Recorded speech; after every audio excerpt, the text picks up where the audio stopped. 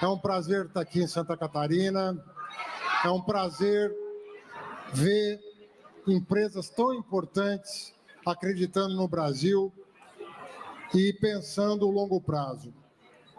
O presidente Lula me pediu para fazer uma fala sobre a situação da economia brasileira rapidamente para vocês, que às vezes a gente lê jornal, cada dia é uma notícia, e às vezes a gente fica sem saber o que está acontecendo de verdade no país.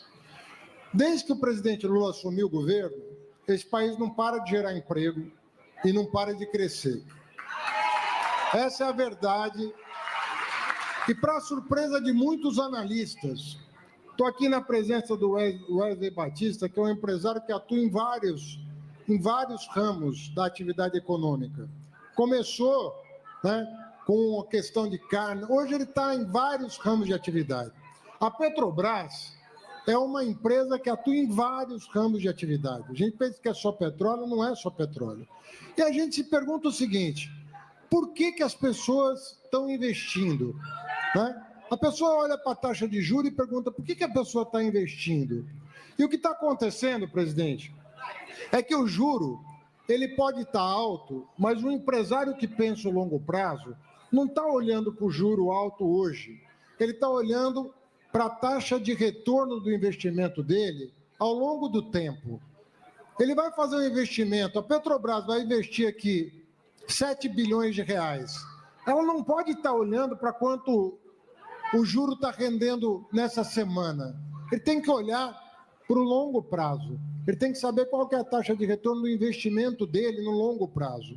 E a verdade, presidente, é que no Brasil você tem uma carteira de projetos com altas taxas de investimento. O Brasil ficou muito tempo sem investir, por confusão política, por falta de credibilidade dos governos. Uma série de razões aconteceram que as pessoas começaram a ter medo de investir no Brasil. E eu posso dizer para vocês com certeza, a questão política de um país é muito mais importante do que as pessoas imaginam. Se os poderes da República não estão conversando entre si, o judiciário, o legislativo, o executivo, as coisas vão mal. Se um presidente não trata adequadamente prefeitos e governadores, as coisas não vão bem. As pessoas de fora começam a prestar atenção enquanto as pessoas estão conversando para encontrar um caminho para o país. Se ele está entendendo que as pessoas estão numa mesa conversando, buscando caminhos, ele investe no Brasil porque ele acredita que as coisas vão estar amanhã melhor do que hoje e assim por diante. Se ele acha que o desentendimento está prevalecendo, como aconteceu ao longo de muitos anos antes da posse do presidente Lula, a pessoa retrai, ela fica esperando um momento melhor.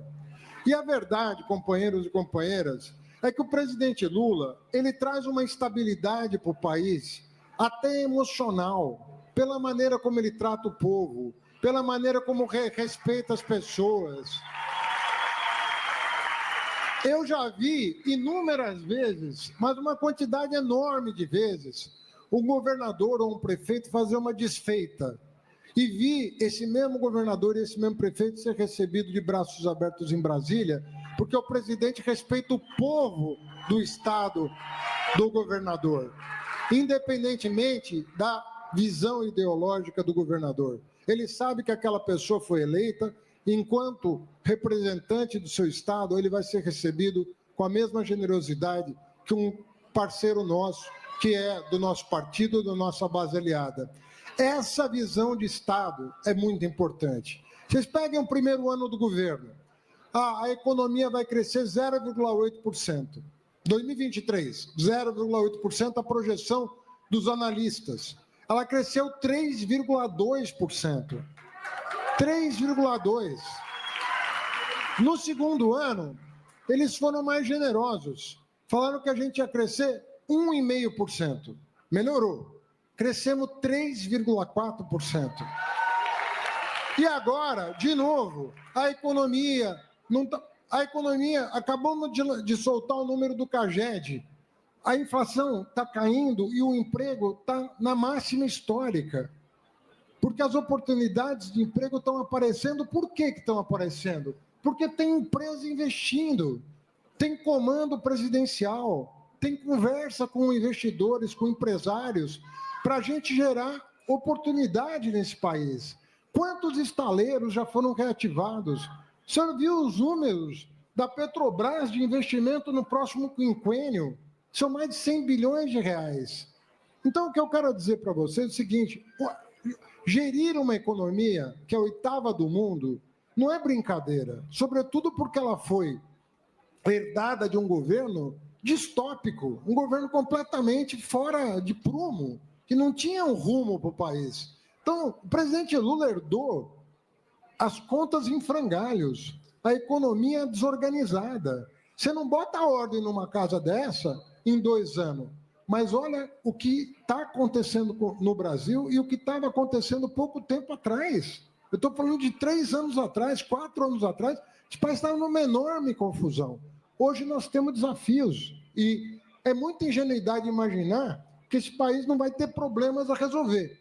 Mas é uma loucura não constatar que nós estamos em outro patamar civilizatório.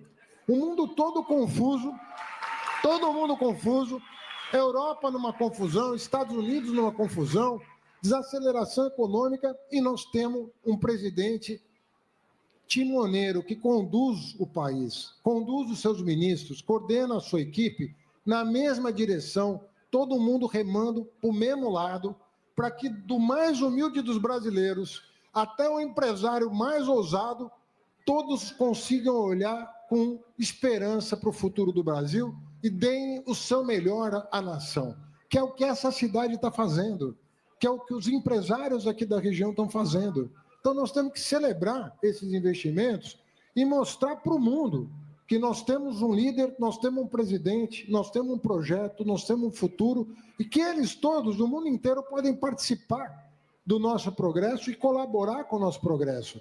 Mas sem esquecer que, no fim de tudo, tem o cidadão, tem a cidadã. É para eles que a gente governa. E é por isso que é preciso prestar atenção num projeto, para terminar, prestar atenção num projeto muito importante, viu, Silvinho? Que é a reforma da renda no Brasil. Por muitos anos, todo mundo fingia que não via o problema. Que o rico não paga imposto de renda e o pobre, o trabalhador, paga muito imposto de renda. Muitos anos. E todo mundo ficava com medo de mexer nessa ferida. O presidente Lula mandou um projeto para o Congresso. Ontem eu conversei com o relator sobre o projeto. E o projeto diz algo muito simples. Quem ganha até 7 mil vai pagar menos imposto de renda. Se ganhar até 5 mil, não vai pagar nada. Nada. E aquele super rico que ganha mais de 1 milhão por ano, que hoje paga 2% em média, 2%, ele vai pagar um mínimo de 10% para colaborar com aquele que vai deixar de pagar. Então, é um projeto de justiça tributária.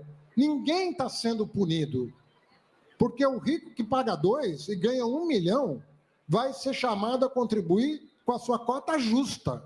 Não é com penalidade. Ninguém está penalizando ninguém. Ninguém está com ciúme de ninguém. Essas coisas que falam. Isso é inveja de... Não, porque a professora de escola pública paga 10% de imposto de renda. O policial militar paga 10% de imposto de renda. Por que a pessoa que ganha 1 milhão não pode pagar 10% de imposto de renda?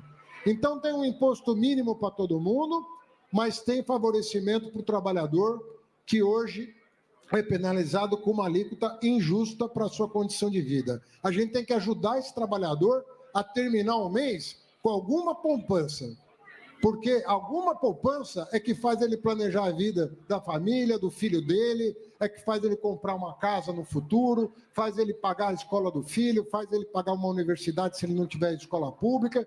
Nós precisamos recuperar a capacidade de poupança dos trabalhadores. Hoje as pessoas estão endividadas, amanhã a gente quer que elas tenham um pé de meia, que elas tenham uma poupança para poder planejar sua vida. É assim que se constrói a prosperidade do país. Então, eu peço a vocês o seguinte, quando você conhecer uma pessoa que está de mau humor com a vida, e porque às vezes está recebendo muita fake news, você vê a toxicidade das redes sociais. Você abre essa coisa no celular, é tóxico, é só notícia ruim, é só, às vezes, muita mentira, muita fake news. Fala, cara, se toca, cara, vamos acreditar no Brasil. Nós temos um presidente de verdade, vamos acreditar nesse país e vamos chegar a crescer mais, a gerar mais oportunidade e a vencer como nação. Um abraço, boa noite a todos.